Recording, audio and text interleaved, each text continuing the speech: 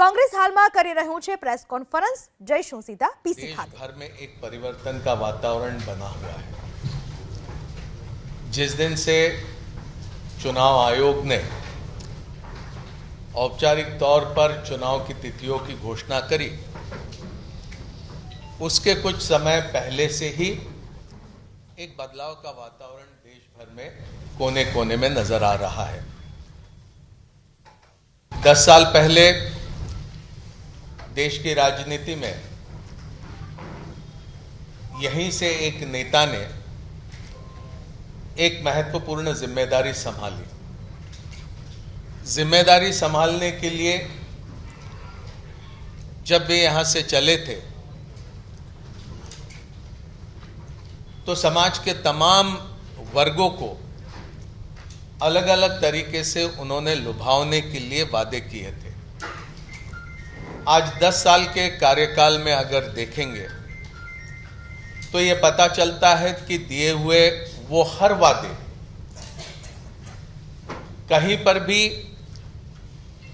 अमल में लाने की दिशा में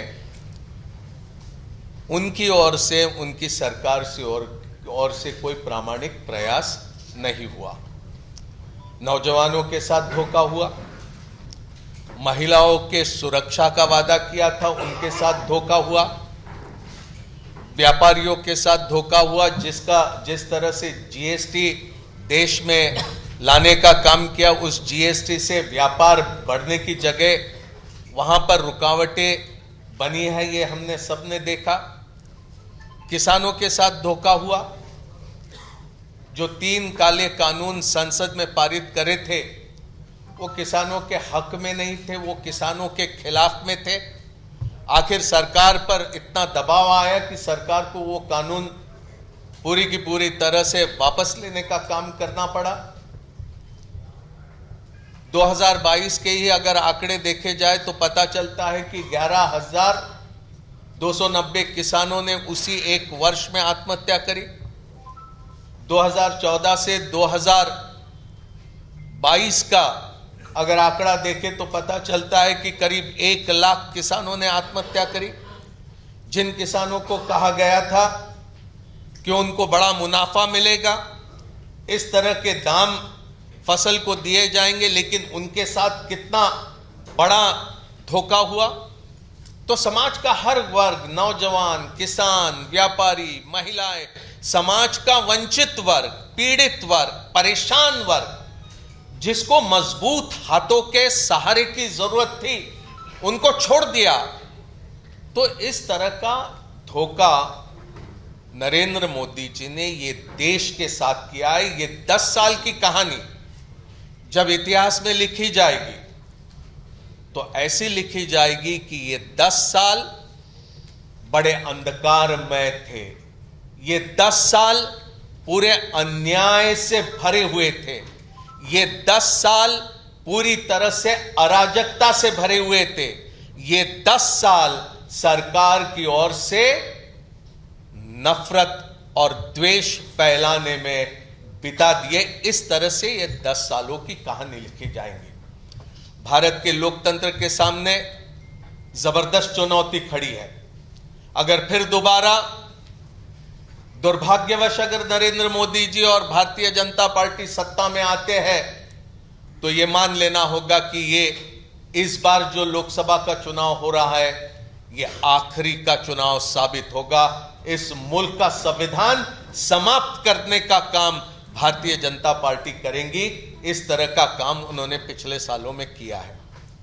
हम ये समझते हैं कि लोकतंत्र बचाने के लिए, भारत के संविधान को बचाने के लिए, जो भारत का संविधान हमारे तमाम सामाजिक वर्गों को समानता का, समता का, सामाजिक न्याय का, राजनीतिक न्याय का और आर्थिक न्याय का एक महत्वपूर्ण दस्तावेज करके बना हुआ है, उसके सामने आज चुनौती है। तो उसको बचाने का भी ये लोकसभा का चुनाव अत्यंत महत्वपूर्ण है।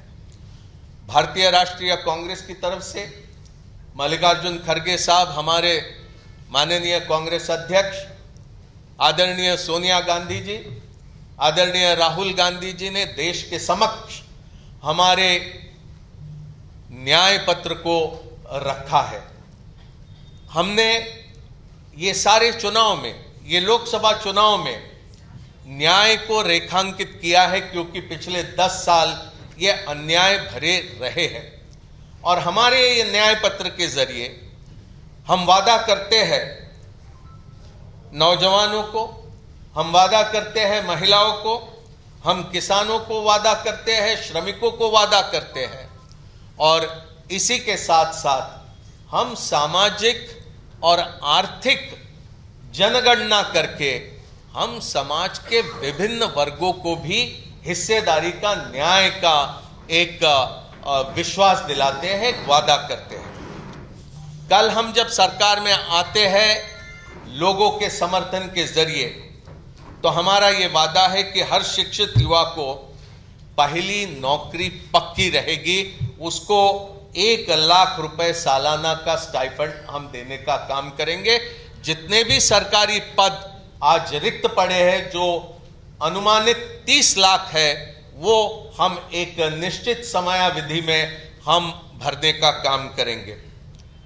हम एक 5,000 करोड़ का एक अलग से कॉर्पस फंड बनाएंगे, जिसके जरिए हर जिले में स्टार्टअप शुरू करने के लिए केंद्रीय सरकार की ओर से आर्थिक सहयोग देने का काम होगा। गरीब परिवारों की महिलाओं को सालाना 1 लाख रुपए मदद देने का भी हमारा वादा है। हम